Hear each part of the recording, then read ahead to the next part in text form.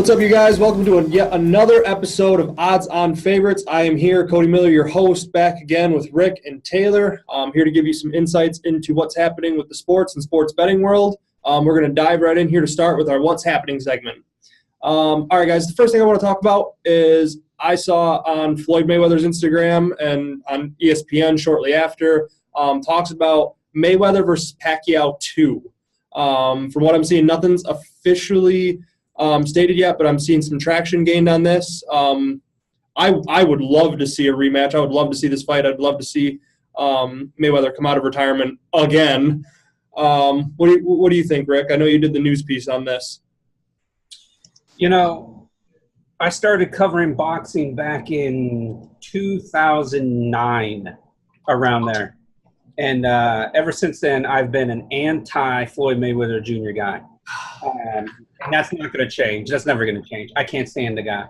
However, if he's going to come out of retirement, then there is really only one other fight to come out of retirement for, and that's a rematch against Pacquiao. Now, that first fight took at least 5 years to make. We went through every hoop, every song and dance before we can even get that fight. Now, it looks like this one could happen quicker because both fighters are interested in getting this done. Both fighters realize this is their only big payday they have left. Mayweather, you know, there's nobody else for him to fight. Pacquiao, really, he's at the end of his career also. I kind of feel like this is both fighters trying to get one last big payday, and they don't really care about the sport or the fans. They just want, as Mayweather said, that 9-figure payday. I think it's going to happen. It's just a matter of when, not if. He could fight McGregor again. I would love to see that inside the octagon. Unfortunately, he's not man enough. Yeah. He probably would do it if it was a woman. Taylor, you got anything on this, man? I'm actually shocked that Pacquiao's coming back for more. Didn't he kind of get wasted by somebody, like the last time out or a time before that, where he was just lying face down in the ring like Mufasa after getting trampled by the wildebeest? I don't really know what he's doing. I mean, Mayweather still undefeated as far as I know. I don't really see the point. I guess the point of boxing now is just to have huge marquee events where everyone gets paid ridiculous amounts of money. Otherwise, it's kind of just a sport that no one really seems to care about. So I guess this will be a big deal at the time. I can't imagine it being an actual good fight. Mayweather is, he's old, but he's still going to do his thing where he just kind of runs around the ring for 12 rounds, and he'll probably win, and it'll be that, and that'll be that, and he'll go back to the octagon and fight, Conor McGregor. I don't know. It's a waste of time, in my opinion. Well, before you know it, boxing's going to be nothing but YouTube fighters. Pretty much. They're making almost as much money as some of these lower weight class fights. It's ridiculous. Yeah. The sport has gone downhill, and partly because of fighters not taking on tough competition. I think Mayweather's ruined the sport, in my opinion, but I'll save that for another rant on another day. I'm not going to disagree with you on that one, but I would definitely argue that YouTube's going to ruin boxing before Mayweather. YouTube's ruined society. There we will agree. But yeah, here we are sitting on YouTube. So, Mayweather's made his money. I think he'll be okay. Yeah. If the fight happens, they're looking at December 1st or December 8th. So for that to take place, they're going to need to announce it within the next couple weeks. So keep an eye and an ear out for that. Over the next couple weeks, we'll get more clarification. And some betting odds. We got some early betting odds, but it's going to change, in my opinion. Yeah. We haven't gotten any really props or prop bets or anything like that yet. But Mayweather's the clear favorite, regardless when the fight is happening. Yeah. So it's just a matter of how much those odds change as we get closer to the fight. Yep. Well, people that are interested on betting it, my man Rick over here is going to do plenty of picks and blog articles on this fight coming up. So be sure to check out .org for those. All right, guys. Next thing I want to hit is Rick, I know this is near and dear to your heart. sports teams partnering up with casinos and sports books. I'm looking at the NHL right now. The Golden Knights, Vegas team, so no surprise. They're partnering with William Hill. And then the New Jersey Devils are partnering with some local sports books around there that are in New Jersey. Rick, I know you're working on an article about this. Can you bring us up to speed there? Yeah. It was a couple days ago, New Jersey Devils announced that they actually are pretty excited to team up with some of the local New Jersey casinos or sports books over there. But it was Vegas that beat them to the punch in terms of officially announcing a partnership with William Hill. And some of the details released were that William Hill was going to have some advertisement going on during the games, and then they were going to do live odds and stuff for the whole league, broadcast that through the venue and stuff. Pretty much, though, this is big news once again. Like we discussed with the NFL, with Dallas Cowboys and the casino, in my opinion, this is even bigger because Vegas flat out partnered with a sports book. They didn't just partner with a fancy resort and casino. They went straight with one of the largest sports books in the country that is expanding as we speak, with each state that becomes that passes their sports betting regulations to become legal. William Hill is getting right on in there, and they're setting up sports books and stuff. This is huge for Vegas. The New Jersey Devils, they will get a partnership here sooner than later, but I think this is going to open up more teams to find more partnerships with casinos and sports books. This is going to be a new revenue for each team. There's going to be new partnerships for each team. This goes flat against the NHL's stance as they've tried to dance around the integrity fees and wanted to protect their sport, and then talk about how concerned they are with, the corruption and stuff. Listen, there's more corruption if it stays illegal than if it becomes legal. Like, I don't understand why these politicians aren't getting it through their thick heads. So for me and other fans that are excited about how sports teams are combining with casinos and sportsbooks and stuff, this was a great first step. Also, keep an eye on this. Vegas just did something we talked about the Raiders possibly doing. Now with Vegas, the Golden Knights setting a template, for lack of better words, it's going to be interesting to see what the Raiders do when they come to Vegas in less than 2 years. Taylor, anything to add there, man? It's interesting that the Vegas team, so they had sponsorship agreements with a number of local resorts. They had Caesars, Cosmopolitan, Wynn, and MGM. They were sponsors, but last year they weren't allowed to actually advertise their sports books in the arena or anything like that. And I guess the new Supreme Court decision that came down a few months ago is kind of paving the way for everything. The league seems to be softening its stance, allowing the teams to do this.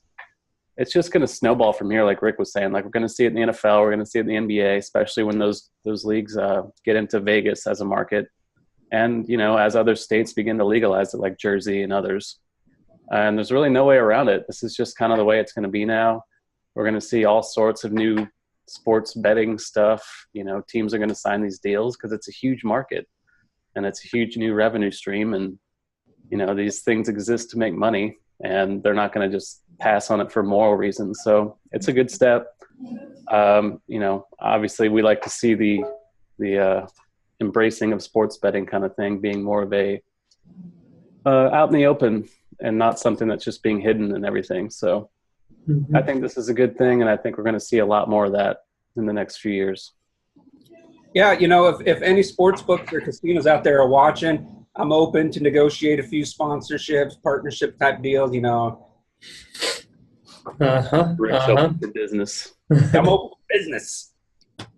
Well, on that subject of sportsbook, let's talk about how bad FanDuel sucks at running a sportsbook and refusing to make a big payout from somebody. I think, what did they do? Somebody bet on the Broncos because of a line error, though, that it was going to pay out some ridiculous amount of money.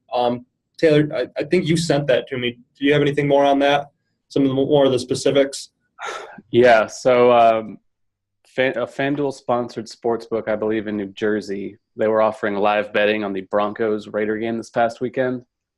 And I think the Broncos had the ball late in the game, driving down the field, going for the win. They were down 19-17 at the time. And a bettor there, his name Anthony Price in New Jersey, FanDuel attempted to put live odds on Denver to win as a -600 favorite late in the game. But an error in their live odds feed said the Broncos were now 750 to 1 to win the game. So the guy placed the bet on the Broncos at plus 75,000. They ended up winning on a game-winning field goal. The dude placed a bet. What was the bet? I guess like $100. And the payout for that would have been $82,610. But with the real odds -600, the ones they meant to post, he would have paid $100 to win $18.35. So they obviously refused to pay the $82,000 because it was an error in their system. They offered to pay him, what was it? Like $500, and they offered to give him 3 tickets to a Giants game. The guy declined. He said he wants to hire an attorney and pursue legal action against the casino. So it's a whole ugly thing. Like the New Jersey Division of Gaming Enforcement is having to investigate and get involved. It's kind of a sticky wicket, though. Like, do you expect FanDuel to pay out $82,000 on a bet that they didn't offer? But at the same time, the odds were there. He placed a bet on the odds. He has a physical ticket that says, here's the payout, here's what I paid, here are the odds. So you can kind of see it from both ways. FanDuel obviously screwed up, but it's also easy to see why they don't really want to just go pay $82,000 because of a mistake. So you can also be, it's also obvious why the guy's pissed. He placed the bet. They should honor the bet. Oh, I'd be so pissed. I'd be livid. And like, let's be real here.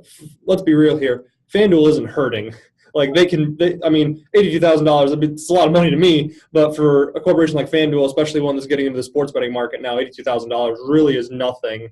And I don't know. I wouldn't want to go through that whole messy legal fee. I would just give the guy $82,000 and be like, okay, go be on your merry way, and then make sure you fix your live odds center before you start allowing to take live bets again. I don't know. That's my take on it.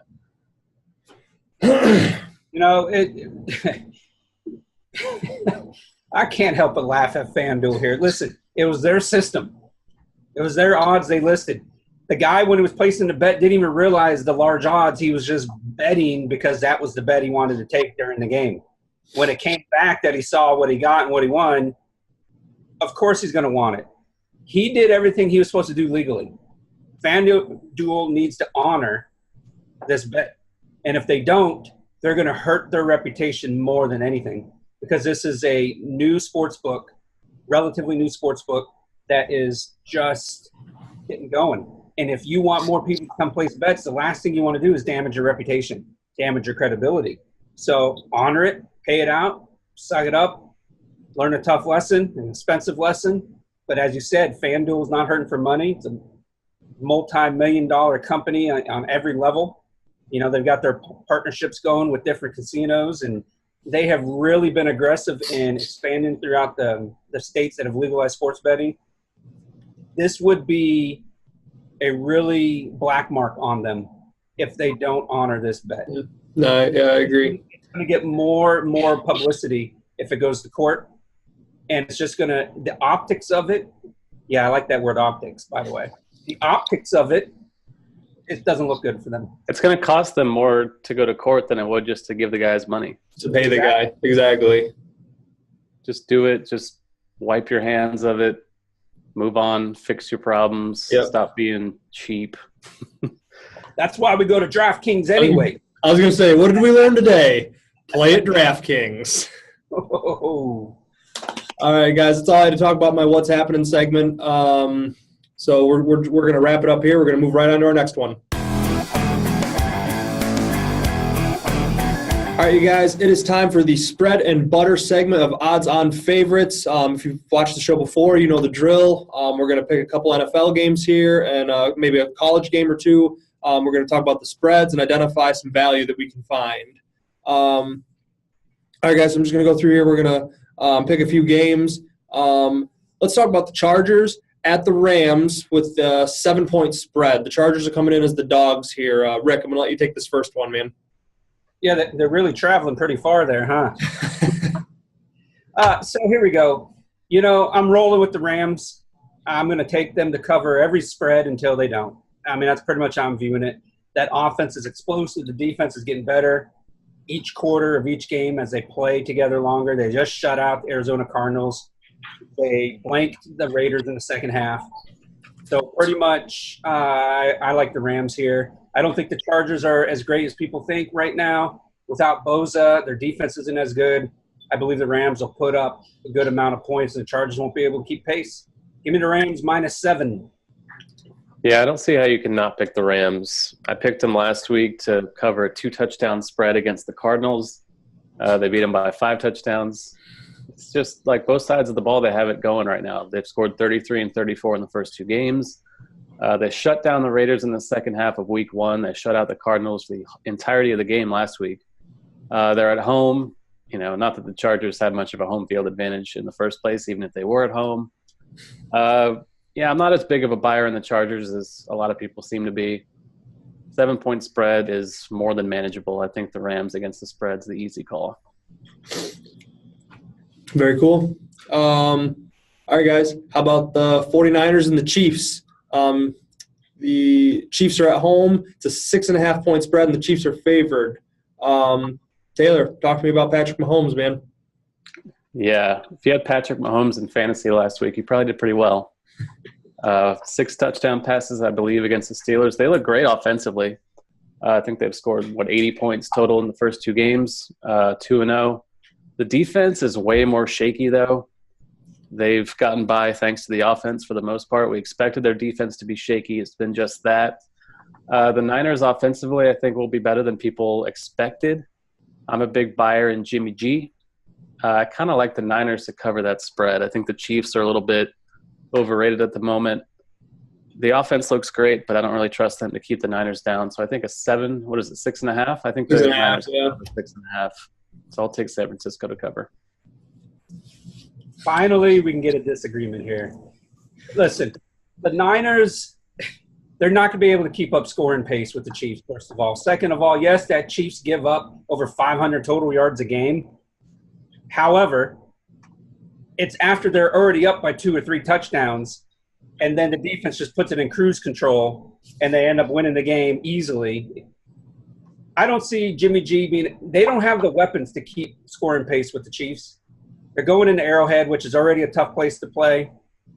The Niners defense can't cover all of the weapons that Mahomes has, whether they're running the ball, throwing it to Hill, throwing it to Kelsey. Now Watkins is going to be featured again as a receiver in this offense, which, we won't go into rants about how well he's been in other offenses.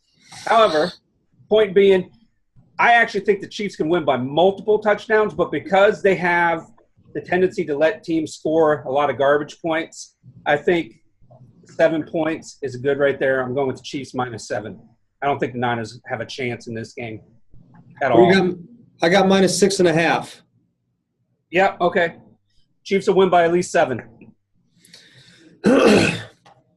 All right. How about 17-point spread with the Bills and the Vikings?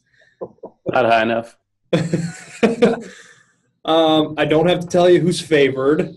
And it's because, the Vikings are home. The Bills are headed to Minnesota. This will be a fun one. Rick, talk to me. Okay, I'm going to talk about the Bills' second half against the Chargers, not the first half.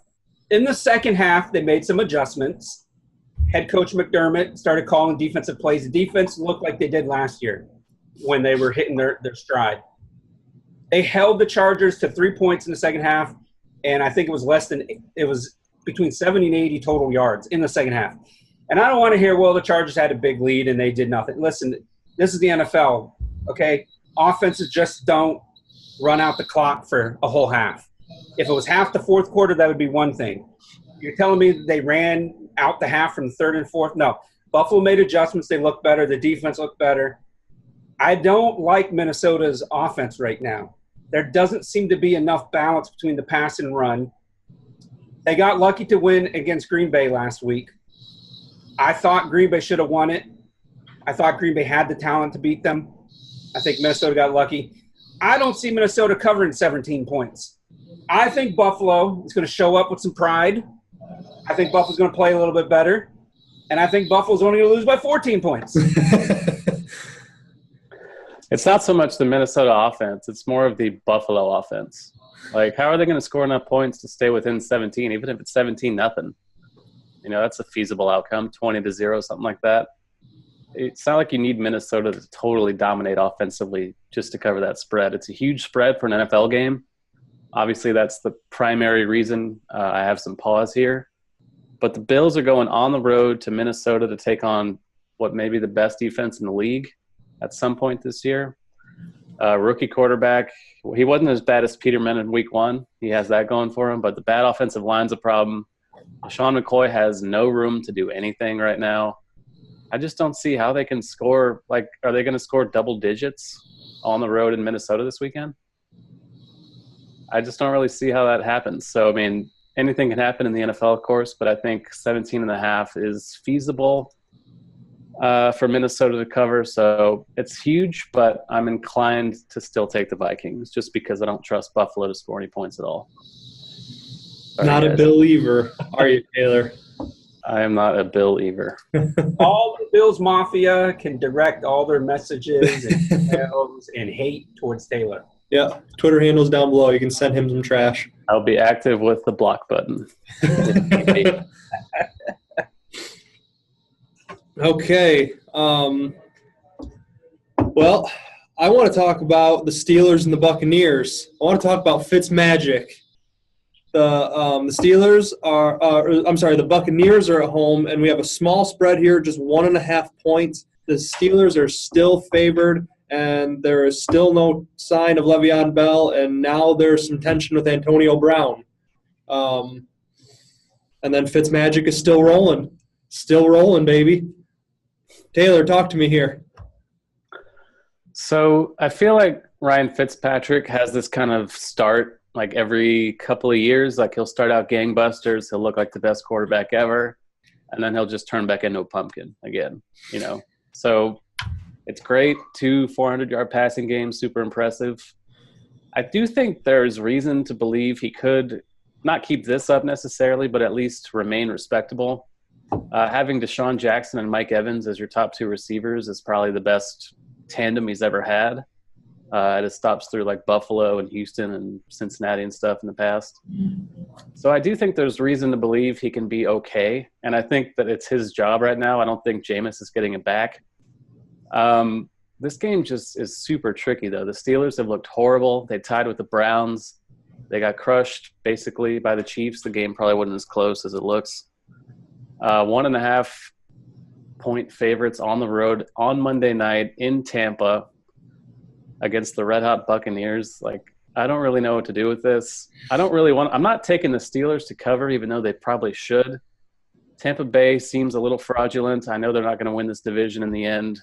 I know they're going to come back to earth at some point, but I don't know. Something's not right with the Steelers. Like, Mike Tomlin's maybe losing a little bit, losing the locker room and stuff. The defense is bad. Ben Roethlisberger looks bad.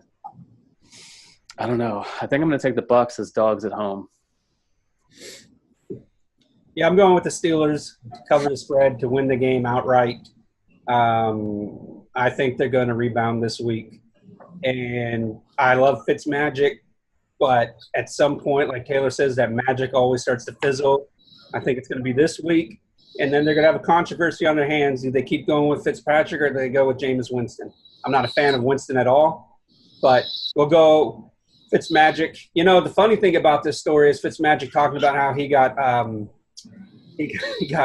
people thought he looked kind of like Conor McGregor. And with that said, obviously we would love Fitzpatrick to continue his success, but I don't see it happening this week. I'm going Steelers. All right.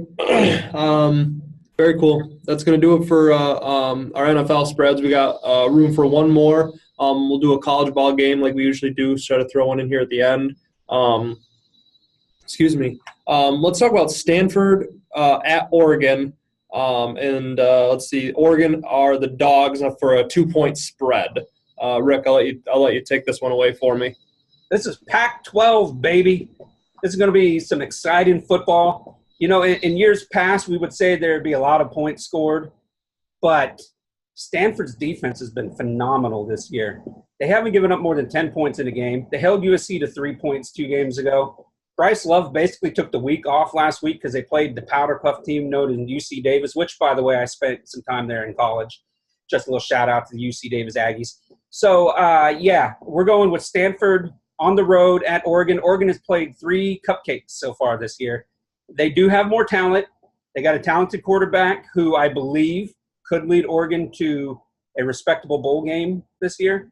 But you got to go Stanford. Right now, they look like the best team in the Pac-12. Until they get beat by somebody else in that conference, I'm rolling with Stanford. I'm rolling with Bryce Love.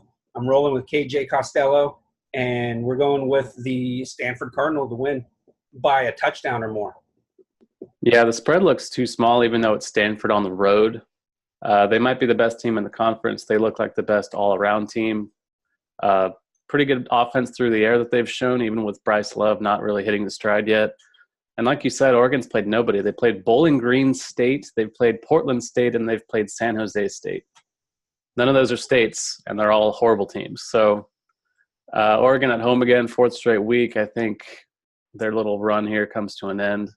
They've been putting points on the board against nobodies. Stanford's the best defense they'll probably see all season. And I think they're in for a reality check. So I'll take Stanford to cover on the road as well. Sweet. Awesome. Very cool, guys. Thank you for that. That's going to do it for our spread and butter section. Let's just jump right into the next one. I think we're going to look at some prop bets, so stay tuned.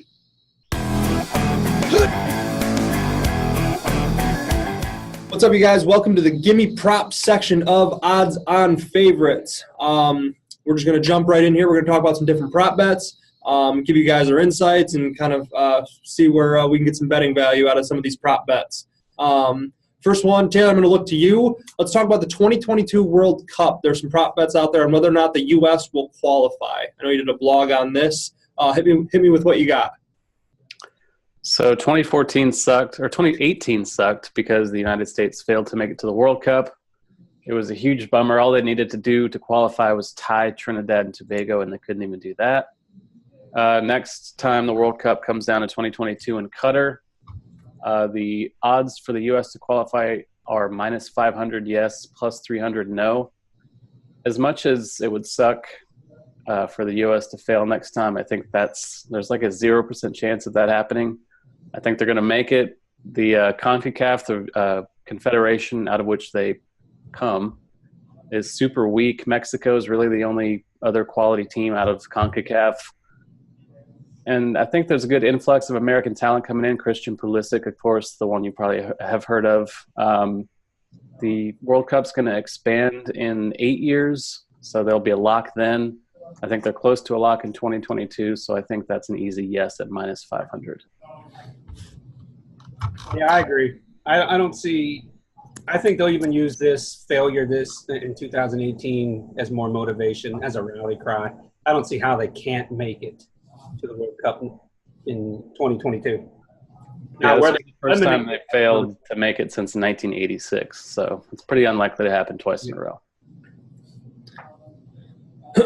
Taylor, you got a few, I see you did a blog post on this. I wanted to just touch on one more prop bet they had in here in your article. Will Cristiano Ronaldo play in the 2022 World Cup? Will we see him back? Yeah, we will. He's 33 now. I believe he'll be 37 in 4 years. 37 is obviously getting up there for an athlete, but Ronaldo's still in pretty good shape.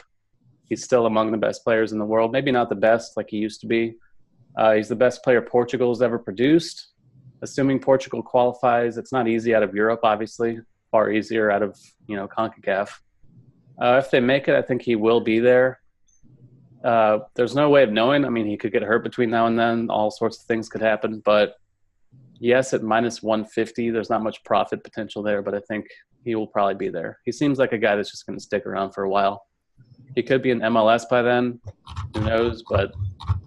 And he's Cristiano Ronaldo is pretty hungry for the spotlight, so I imagine he'll stick around for at least one more go.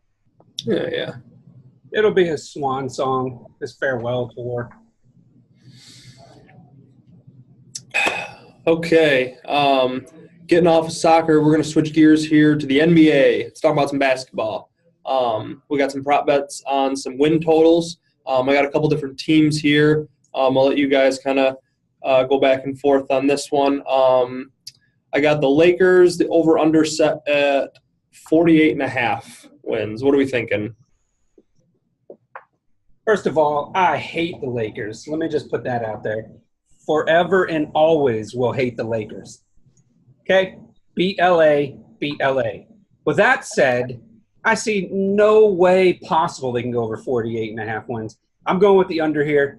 You know, last year Cleveland had, 50 wins in the Eastern Conference with LeBron, with a better team, more talent than what the Lakers have this year in a tougher conference, in a tougher division. No, Lakers under. I would be surprised if they even hit the 45-win mark. I think it could be tough for them. Obviously, having LeBron helps.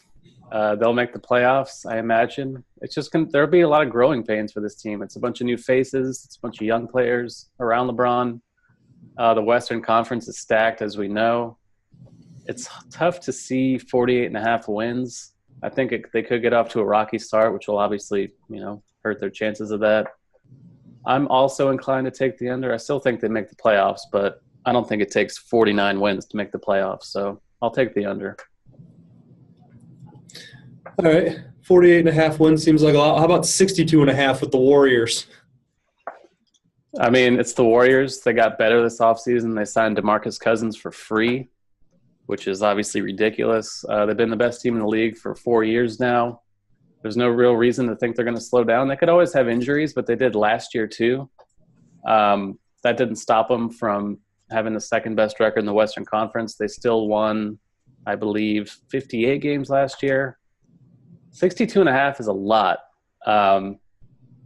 That's a tough one. I'm inclined to take the over just because they have a ridiculous amount of talent and there's reason to believe they should be better. And maybe the Rockets aren't as good as they were last year, which could help. I think I'll take the under on 62.5, though. That just seems kind of extreme.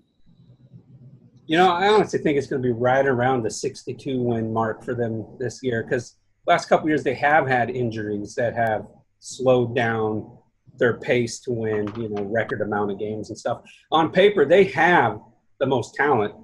However, that doesn't necessarily mean it's going to translate into wins, especially since Cousins is going to miss X amount of time as he's still recovering from his injury. So I'm going to say they're going to get right around 62 wins. So I'm going the under with this one, just barely. All right. Very cool. So we talk about the Lakers and LeBron, talk about the Warriors. Let's talk about the Cavs. Let's talk about LeBron's old team. They're set at 30.5 for their over-under. What are we thinking? I'm going under. I think they're going to be one of the worst teams in the league this year. I think they're not going to know how to recover. It's going to take at least a year to recover without LeBron. I think they need more talent on that team to compete. Even in a weak Eastern Conference, I don't like them at all. I don't think they're going to do well. I think they'll probably win about 28, 29 at the most. Under. I'm taking the over. I've been higher on them on this show before than some other people might be. It's not like when LeBron left last time in 2010 where they had just like no talent around him. They went from being a finals team to a lottery team, basically, like the worst lottery team. I think, Kevin Love being there helps. I think they have decent veterans like George Hill, Kyle Korver, Tristan Thompson. Colin Sexton's kind of a high upside rookie that could come in there. It's not like I love them. Obviously, losing LeBron is a rather large deal. But 30.5 wins is really not a lot. In the East, like you said, it's bad. Their division's pretty thin. I think they could challenge for the 8th spot, and I think they can win like 35 games in the Eastern Conference. It's not like I love it, but I'll take the over. My Cavs. Your Cavs. Taylor's Cavs. Taylor's Cavs. Taylor's Browns. All my Cleveland teams. All right, so let's go with Toronto. How about the Raptors? Their over-under is set at 54.5 wins. What do we got? I'm going over. Taylor, I'm going with the over. I think you'll agree with me on this one. You know, they had the best record in the Eastern Conference last year, and I think they got better by adding Leonard in the trade. I think they're going to go over in this one. Yep, they won 59 last year, 51 the year before, and 56 the year before that. Obviously, they changed some things. They fired their coach. They traded DeMar DeRozan, but I think they got better. Kawhi Leonard, two-way superstar, one of the best five players in the league when healthy. I think the rest of the team around him is stout. They have a great bench still.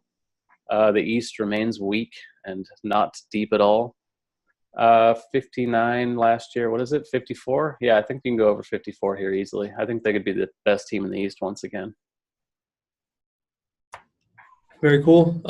Let's see. Last one that we'll touch on. Let's talk about OKC. Their over-under is set for 50.5 wins.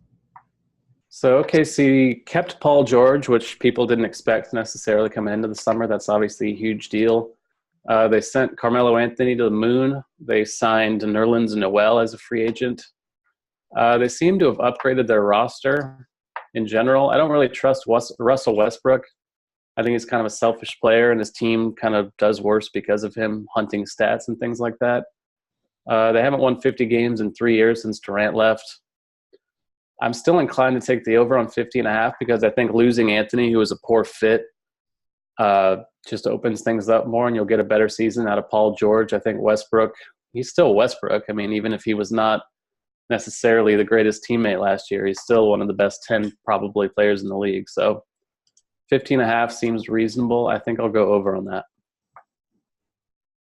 You know, first of all, I'm a little bit disappointed we're not talking about my Kings for the last pick here. But with that said, take the under.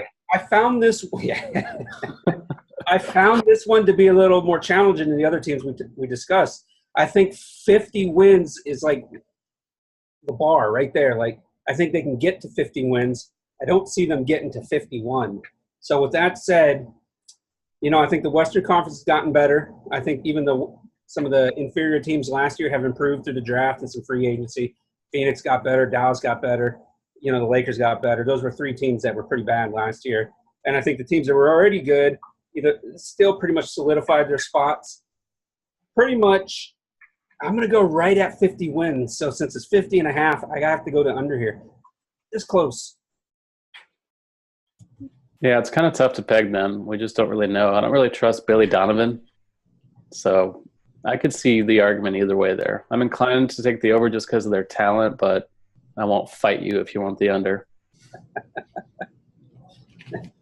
You'll fight us for your Cleveland teams, though. Yeah, I guess I'm bullish on Cleveland. Who knew? All right, guys, let's switch gears again. Let's switch from the NBA to the NFL. Taylor, you did an article on the site for which NFL coach will be fired first. Looking over here, your article, just some of the names that pop up for some of the best odds would be Sean McDermott for the Bills, 4-1.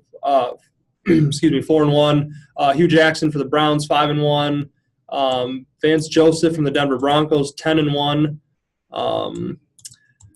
Let's see, Bill O'Brien, Houston Texans, 10-1. You know, got a couple different ones here. I'll let you run with this one, Taylor. What are your thoughts here?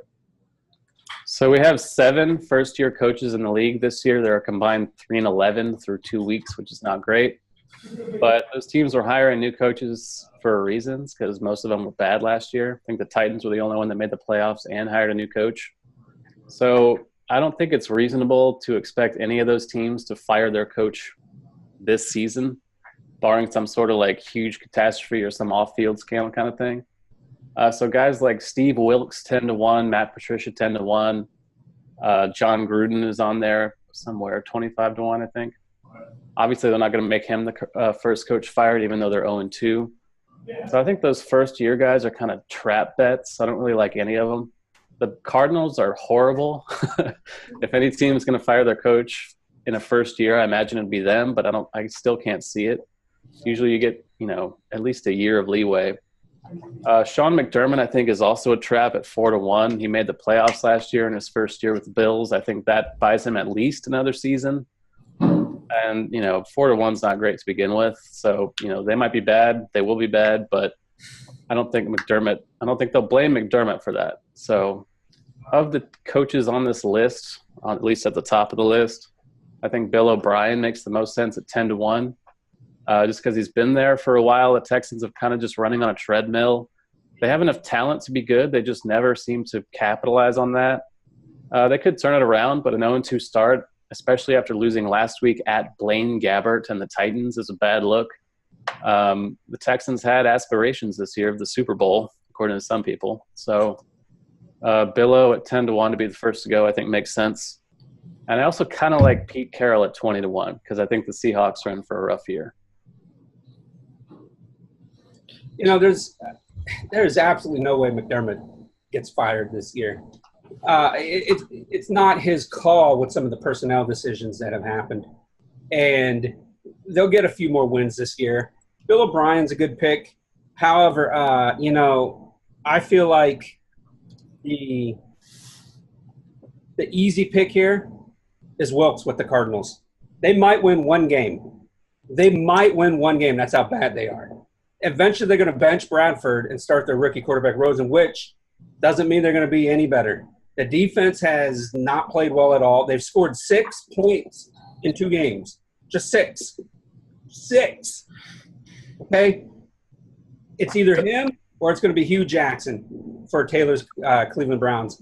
Just because even though Cleveland has looked competitive, they've looked competitive in other games last year and in the year before.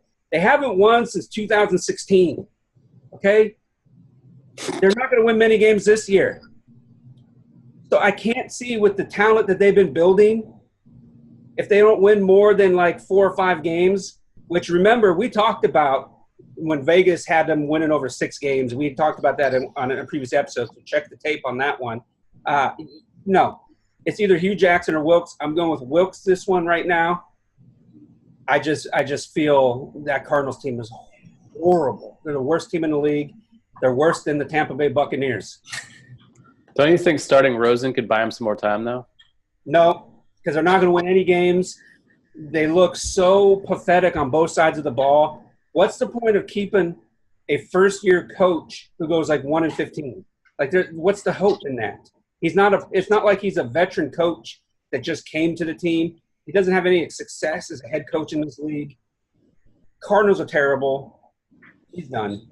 But do you think he'll last the whole year? You think he'll get fired before the year ends? Ooh, that's a good question. I don't see any coach right now getting fired before the season ends. Hugh Jackson and Wilkes are the only 2 that I think have a shot of getting fired during the season. And I think it's only if Hugh Jackson runs like 0-12, and then they decide to get rid of him. Wilkes, same thing, 0-12. If the players quit on the coach, like they probably will in Arizona, and they don't respond to his coaching, and they don't respond to anything he says or does, if he loses the locker room, you can't keep him. You have to get rid of him.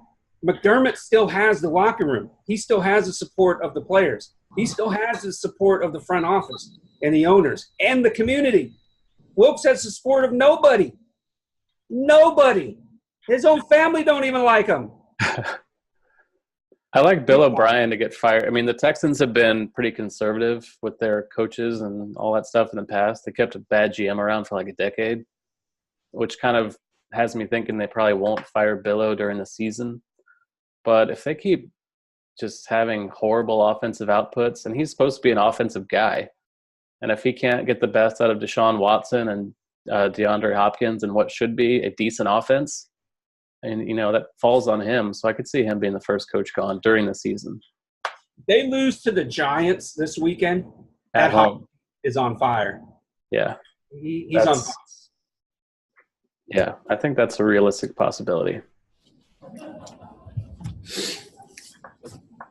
All right, guys. Thank you for that. We're going to switch over to our next topic, which, Taylor, you did a blog on which California NFL teams will make the playoffs. California. Here we go. Got the Rams, we got the Chargers, we got the Raiders, and we got the San Francisco 49ers.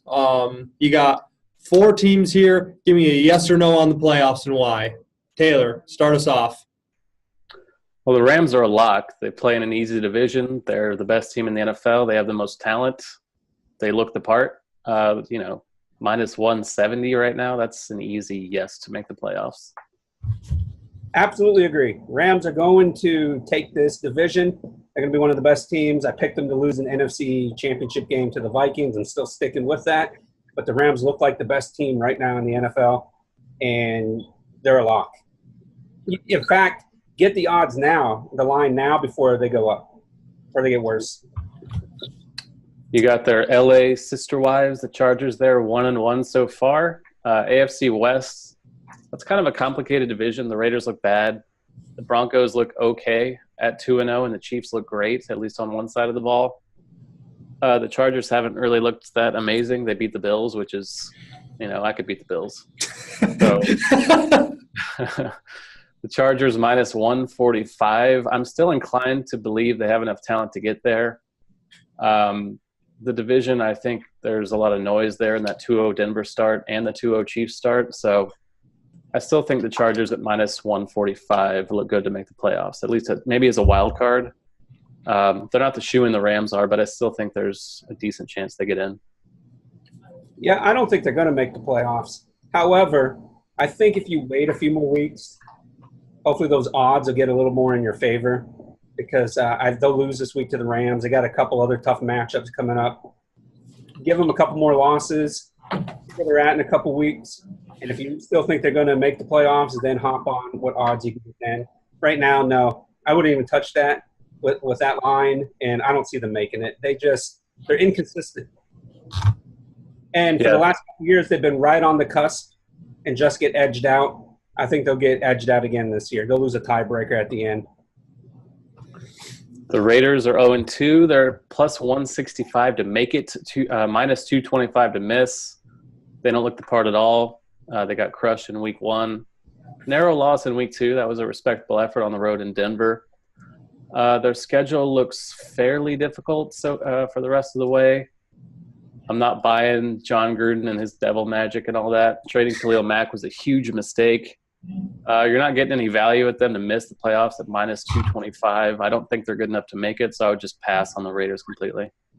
The Raiders! There is no way they're making the playoffs. I would take the minus 225 right now for them not to make it because it's going to just get higher and higher as they continue to lose each week.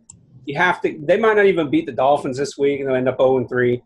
They're not winning the division. They're not getting a wild card. There's no way they're making the playoffs. Shoot, if I were thinking clearly, I would have picked them as my easy money not to make the playoffs. Yeah, the Raiders are back to being a disaster. After one little year where they made the playoffs, that was just clearly an aberration. We got the Niners out there in the Bay Area, plus 135 to make it, minus 200 to miss. They're in the NFC, which makes it easier or tougher on them than it would be for a team like the Chargers in the AFC to make it. But they do play in what looks like it might be the weakest division.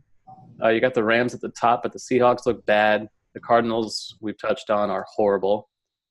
San Francisco's 1-1. They beat the Lions last week, narrowly at home.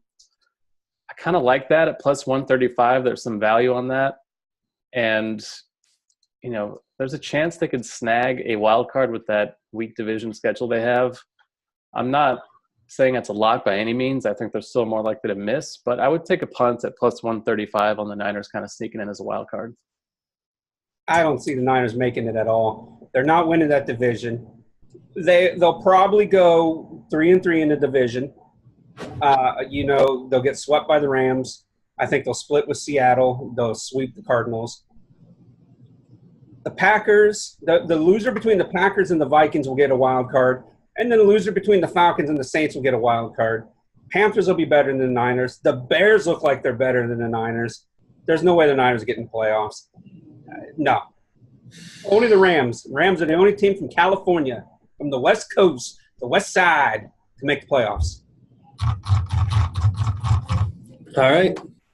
That's it. You guys heard it here. If Rick or Taylor talk trash about your favorite teams, you can talk trash about them on Twitter. Handles are below. That's going to do it for our Give Me Props section. We're just going to dive right into our next one. Stay tuned.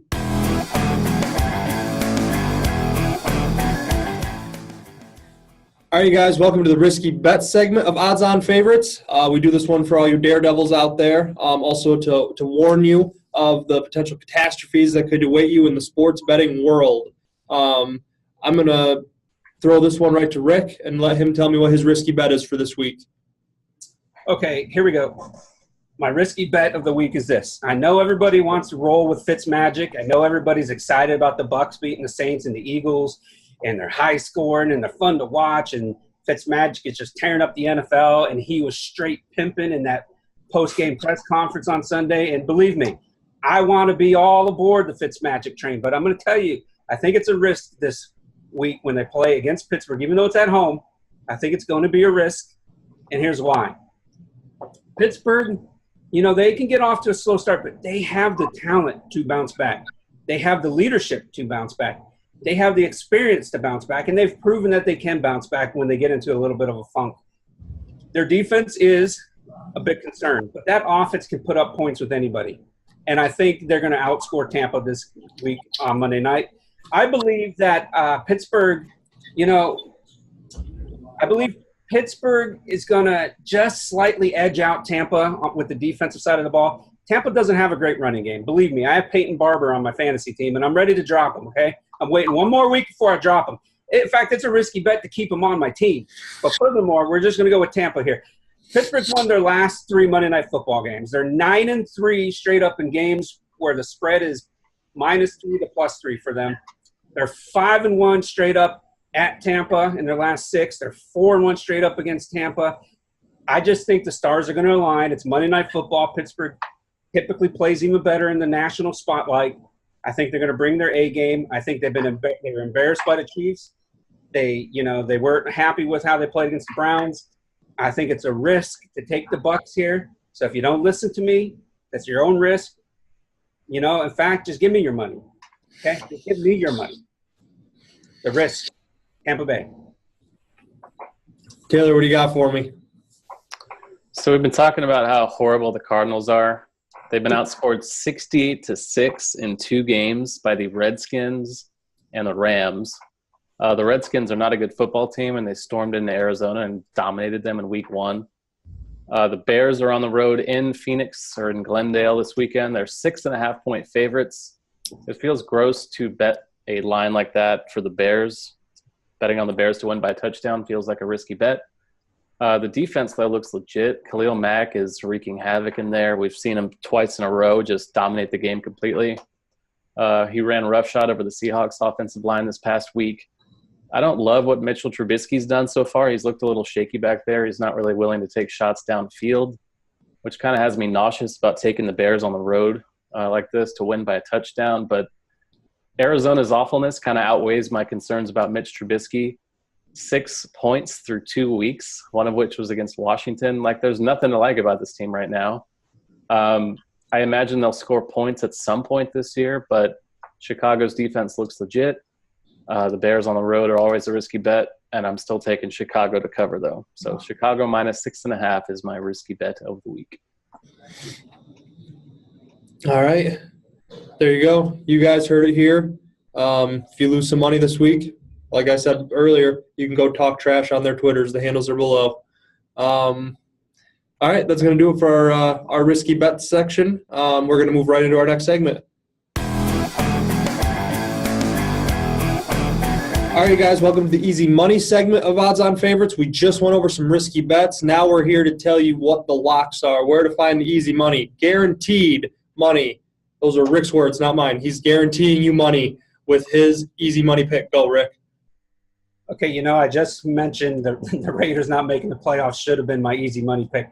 However, I had an easy money pick that I'm really confident in, and I believe will make you money this week. This is something we haven't done yet on the show, a 2-team parlay. That's what I'm talking about right here. 2-team NFL parlay. Here we go. Patriots -260 money line at the Lions, and the Bears minus 255 money line at Arizona. I'm picking both those money lines in a parlay. $100 will win you just below $93. I think it's going to be a great pick. I think it's a great bet. I think it's easy money. I think both those teams, they're playing against bad teams. First of all, the Patriots, this is a get-right game for them, okay? They had a stumble against Taylor's Blake Bortles and the Jaguars. They played awful on both sides of the ball. Now they're going against Detroit, who has looked awful in both games, who has shown no defense. Brady's going to eat them alive. For the Bears, that defense has been ferocious. They shut down Seattle. They held Green Bay in check for most of the game. The offense just couldn't keep up in the end. Arizona scored 6 points. They played against Washington, whose defense is worse than the Bears, whose offense is worse than the Bears. They played against the Rams, whose defense is probably, in my opinion now, on par, just a little bit more than what the Bears are with Khalil Mack. Give me this parlay. We're going Patriots and Bears money lines, NFL parlay, taking it. Easy money. Mine's going to be the Rams. We talked about it earlier. They're at home. They're playing the Chargers. Chargers have some injury problems right now. Joey Bosa, I don't think he's back yet. The Rams just look like a well-oiled machine on both sides. The defense is unstoppable. The offense is unstoppable.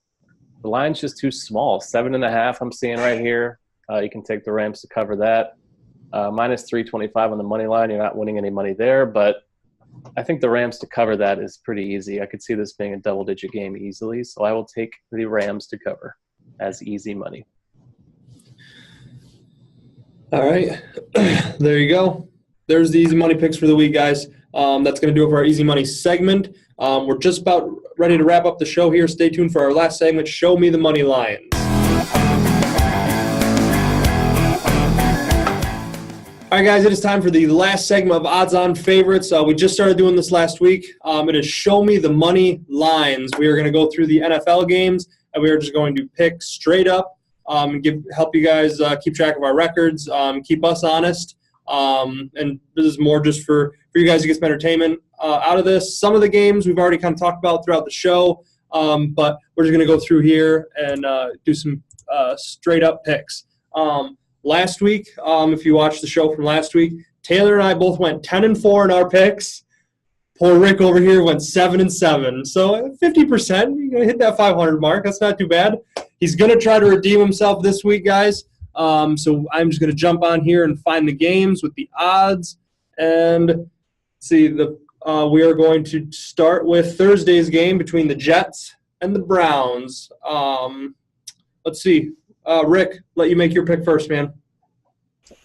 Yeah, I wrote a pick for our site on this one, and, I'm giving the edge to Cleveland to win the game, but I think the Jets cover the spread. So we'll go Cleveland money line, get the first win of the season, first win since 2016, free beers for everybody.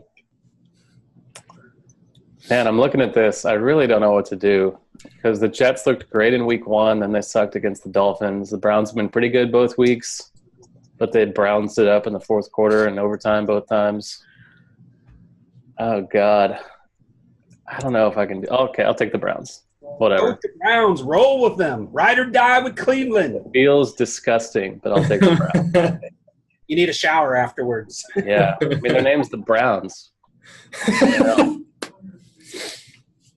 I don't know, man. I'm gonna go with the Browns.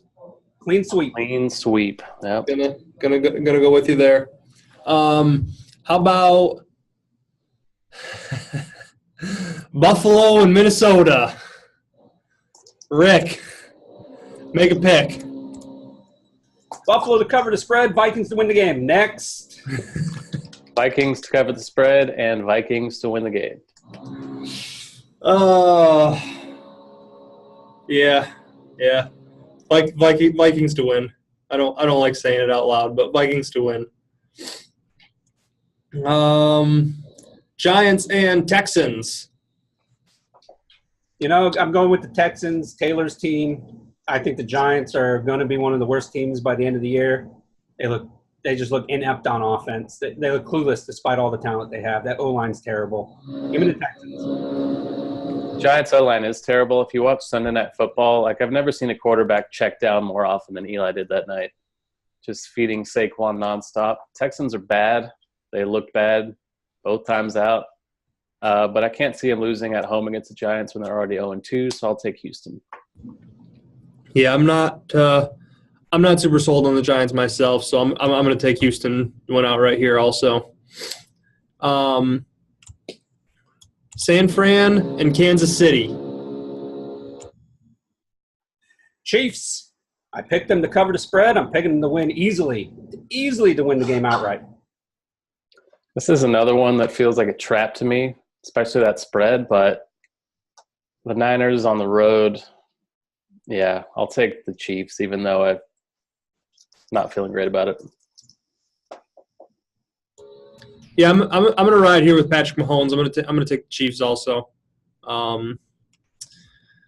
Let's see, what do we got next? New Orleans versus Atlanta. What do we got? Yeah, this was a tough one. Atlanta bounced back last week. They actually covered a large spread that Taylor and I didn't think they'd be able to cover. And, now they got another divisional game this week. Saints have looked pretty shaky the first 2 weeks. I'm going to have to go with Atlanta to win the game. Don't know if they'll cover the spread, but taking them outright to win. I don't know what is going on with New Orleans. I don't know how you get crushed by Tampa at home and then squeak by the Browns the next week, both at home. But the talent's still there. I feel like it's going to emerge at some point, and they're going to find it and put it all together. I'm not nearly as sold on Matt Ryan. I do think it's going to be a high-scoring game. Not exactly a bold statement, but I'll take the Saints just to differentiate.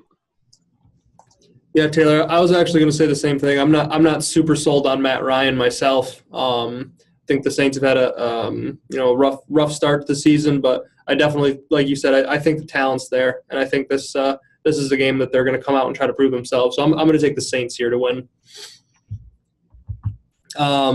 About Green Bay versus Washington, Rick? Easily Green Bay. Washington just doesn't have the firepower to match Rodgers and company, and their defense isn't an elite defense to hold them down like Chicago kept them down a little bit. Minnesota had them down a little bit. Green Bay's winning this one. Money line, spread, whatever. Take it all. Yeah, the Redskins won in week 1 impressively, but then we saw how horrible Arizona is, so that's really not an impressive win in the least, so I'll take Green Bay. Yeah, I'm a big Rodgers fan. I'm definitely going to roll with Green Bay here. Let's see, Colts and Eagles. That's what we got up next. What do we think? That one was a little tough because I liked what the Colts did last week. They played solid defense. They did enough on offense. But Carson Wentz is supposed to come back and start this week. I think he'll give Philly a boost in Philadelphia. The receiver position looks kind of bad, though. However, I like the Eagles' defense versus that Colts offensive line. I think that gives them the advantage. I'm going with the Eagles in this one. Yeah, I think Wentz coming back will be a big boost. Eagles, off that huge disappointing loss against Tampa last week, I think they'll bounce back, and I take the Eagles here. Wentz is back. I'm taking the Eagles. No question about that. Oakland versus Miami. This is another tough one. This is going to be close. Oakland should have won in Denver last week. They did everything right until the end of the game. They should have won. Miami has beaten Tennessee and the Jets, two teams that I'm not sold on. Miami hasn't looked good in those two games either. Offensively, that offense isn't that great for Miami. You know what? I'm doing it. I'm going with Chucky. I'm taking them to win this game. Go Raiders. Yeah, the Raiders, they're bad, but there's still some talent, and they're not going to go 0-16. This is a road game going West Coast to East Coast, which is usually tough. I think I'll take Miami here just because West Coast teams have a way of struggling when they have to go all the way to the East Coast and all that.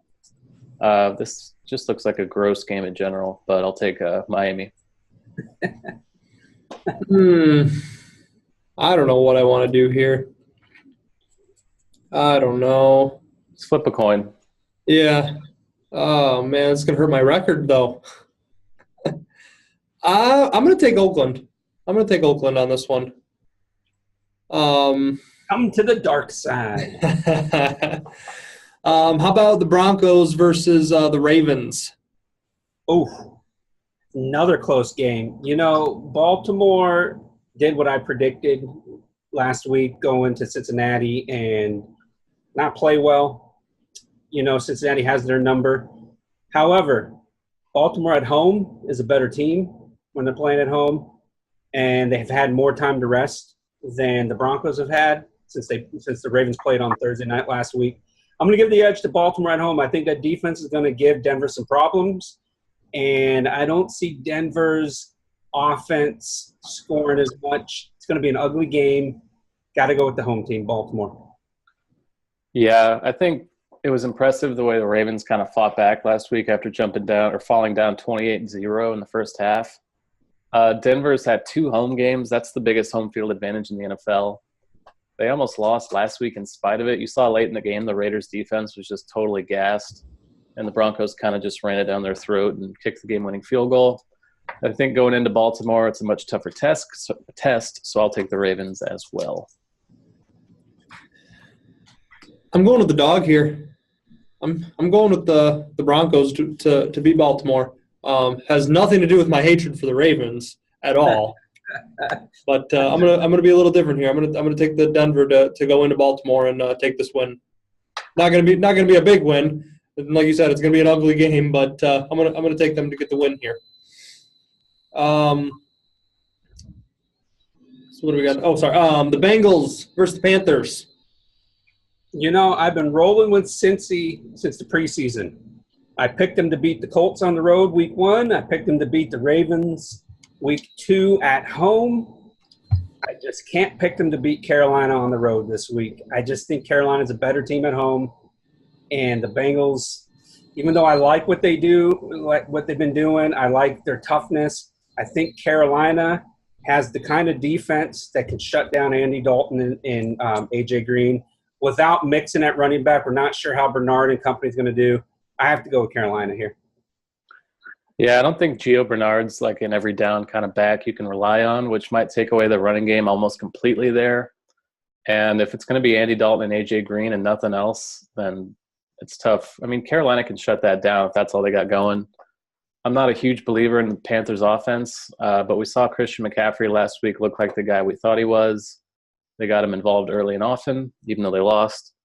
The Bengals have won the first 2 games by the exact same score, 34-23, which is a nice fun fact, but I think they come up short here. So I'll take Carolina as well.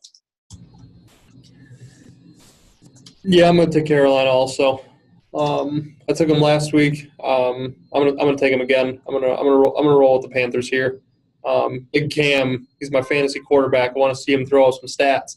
Actually, in that same league, I have Christian McCaffrey as my running back. So, hoping the Panthers can light it up here.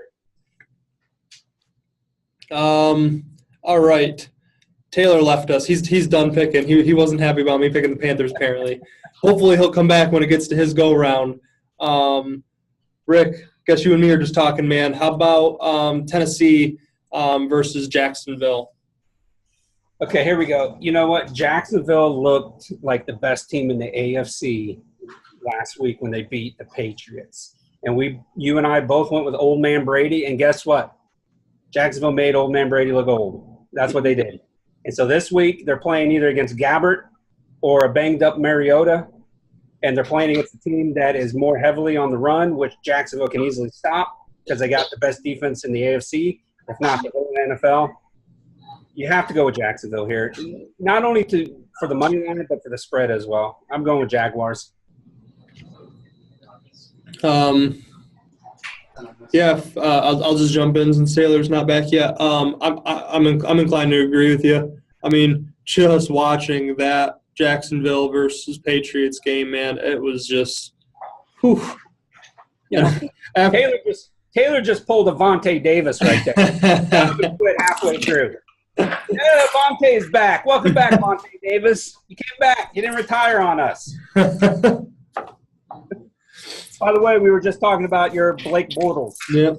Oh, there he goes again. You know, goodbye, Vontae. At least Vontae didn't come back and then say, "Oh, I'm leaving again." Taylor automatically gets a loss for that one, no matter who. That's just an L.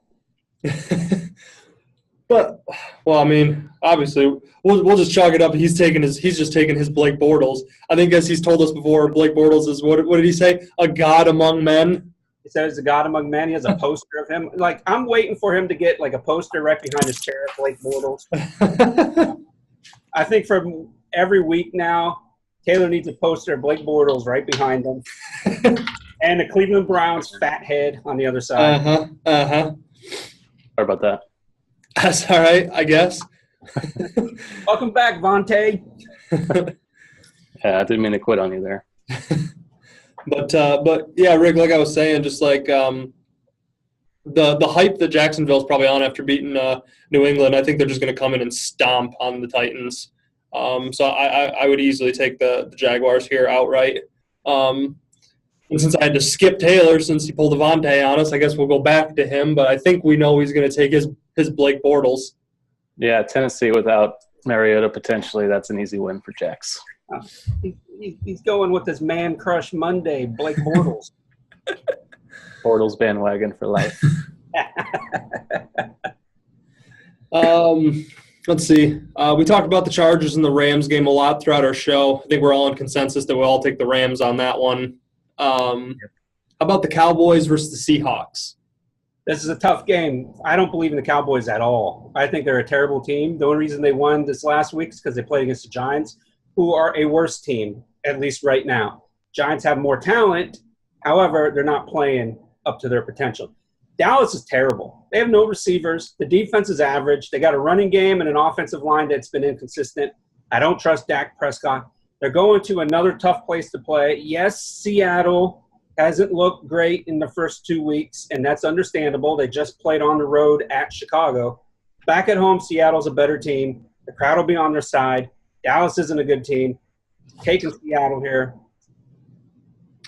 Yeah, I'm tempted to take the Cowboys just because I don't think the Seahawks are any good either, but they are at home. It's their first home game.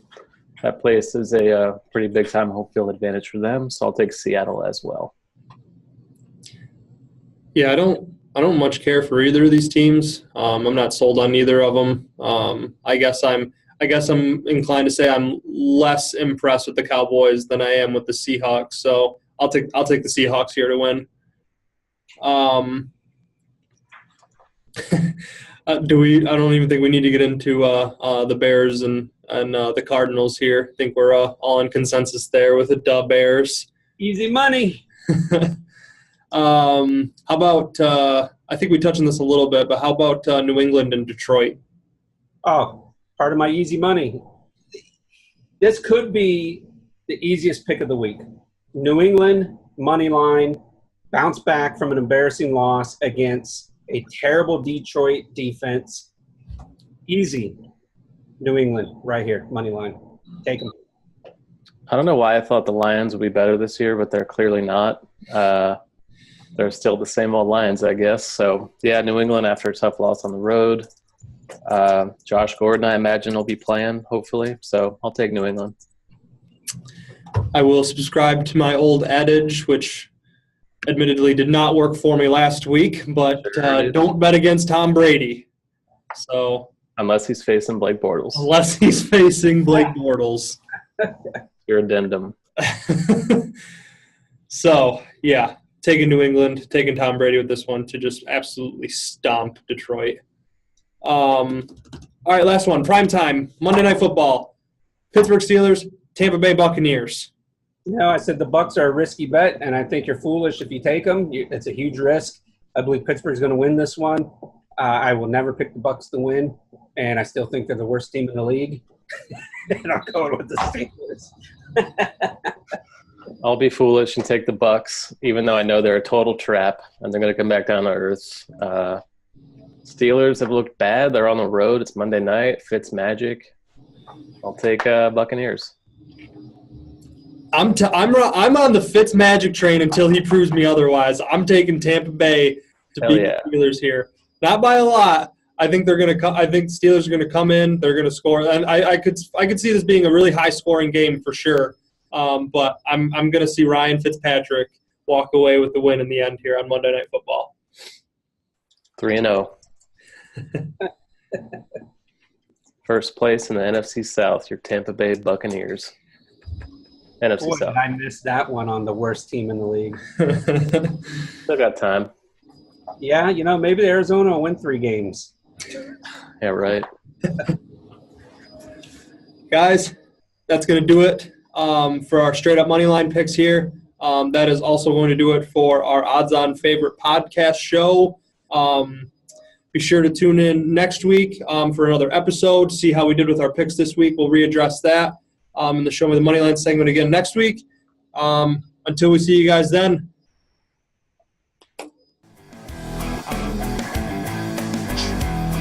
Cut that out. Done.